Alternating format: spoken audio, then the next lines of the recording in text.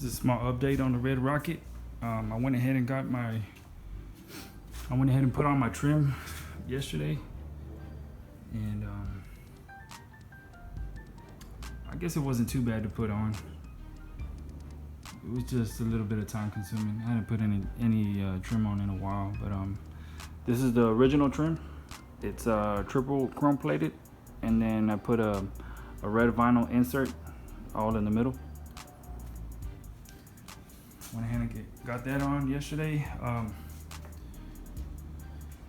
One thing I do gotta take note of, I didn't realize that this bottom trim right here, the bottom lower trim, is directional.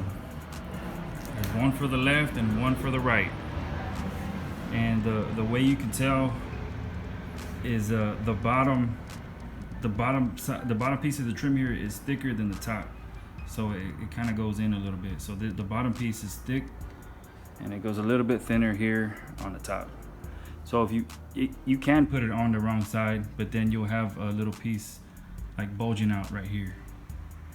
So I didn't know that. I didn't know that at all. So I had actually put one on wrong.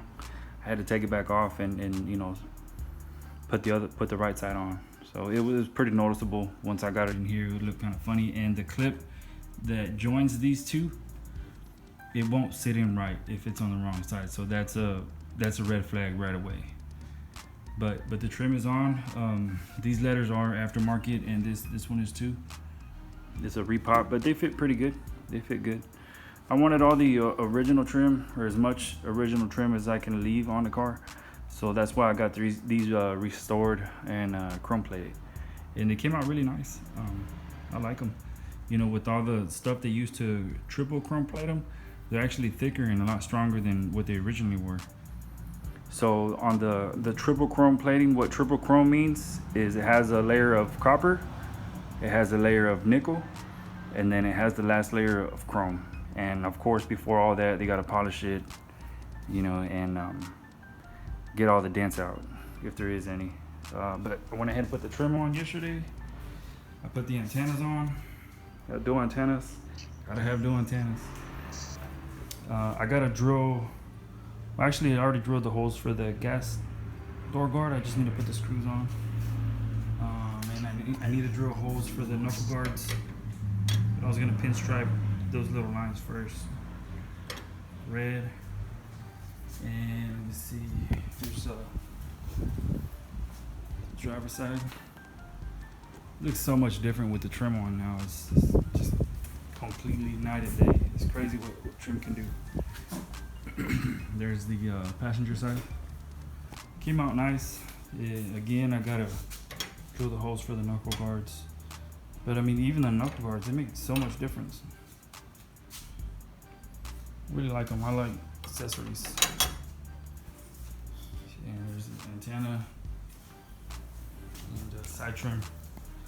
We had already popped the skirts on over there at my buddy's shop before we brought it over here. I couldn't wait to put the skirts on. That made a huge difference. To me, these cars have to have skirts. I mean, unless it's a hot rod, but if it's a lowrider original, I would do skirts for sure.